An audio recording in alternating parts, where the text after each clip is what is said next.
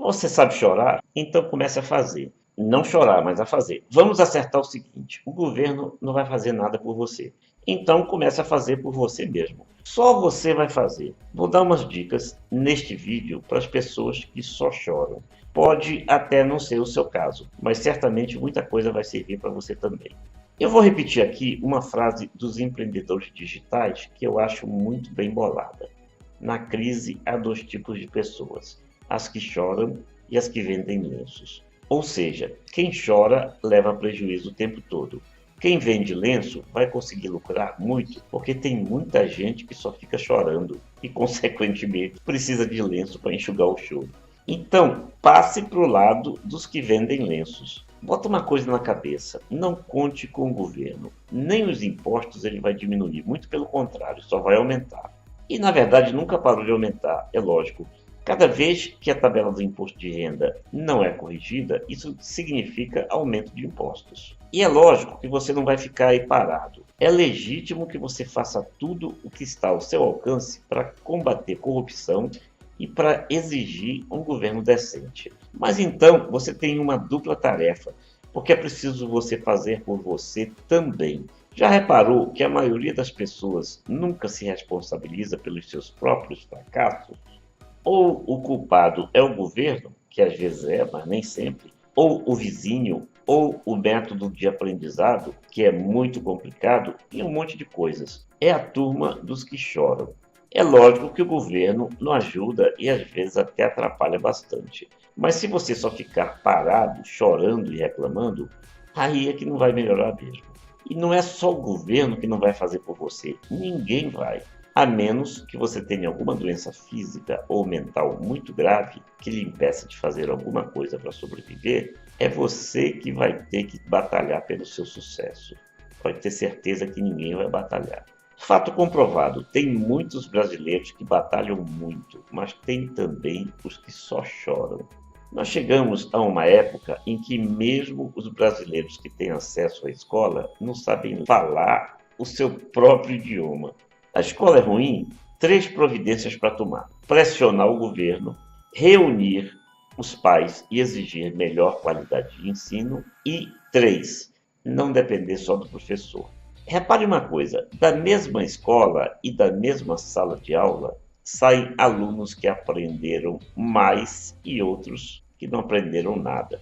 A escola era a mesma e os professores eram os mesmos. Então, o problema não está só na escola e no professor, mas no aluno, óbvio.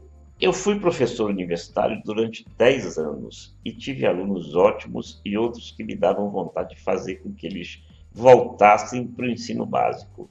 Eu não estou querendo aqui livrar a cara do governo, não, muito pelo contrário. Temos governantes péssimos de norte a sul e de leste a oeste. Mas isso também acontece porque é preciso reconhecer: o nível do brasileiro está sofrível. Você só vai ter um Congresso melhor na medida em que a sociedade melhorar seu nível. É por isso que falsas lideranças fazem tanto sucesso. Uma coisa puxa a outra. Você não tem condições de cursar uma universidade? É outra coisa que eu vou repetir porque parece que pouca gente ouve. Hoje em dia, conhecimento é mais importante do que diploma. E as formas de aprender nunca estiveram tão ao alcance como agora, em que a internet toma conta de tudo.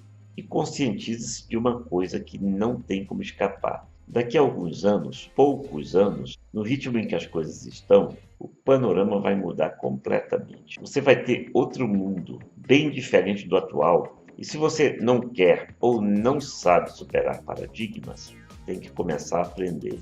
E já vai começar atrasado. Então, a sua prioridade não é apenas entrar na fila, mas também recuperar o tempo perdido. Só para dar uma pequena demonstração disso, vamos citar aqui algumas das coisas com as quais já estamos acostumados, mas que estão destinadas a simplesmente desaparecer nos próximos anos. Isso não é chute, são estudos que se baseiam na velocidade com que a tecnologia se desenvolveu nos últimos anos. É bom lembrar que o telefone celular, propriamente dito, só começou a entrar efetivamente em operação entre 1980 e 1983 nos Estados Unidos, no Japão e em outros países desenvolvidos. E o primeiro modelo, ainda aquele batatão enorme, lembra? Só começou a ser usado no Brasil por volta de 1990, por aí. Ou seja, um jovem de apenas 28 ou 29 anos nasceu antes que efetivamente existisse um celular no Brasil. E até pouco antes dessa data, quem poderia imaginar a existência de um telefone como esse atual, o celular, com o qual é possível se falar de qualquer parte para qualquer parte do mundo?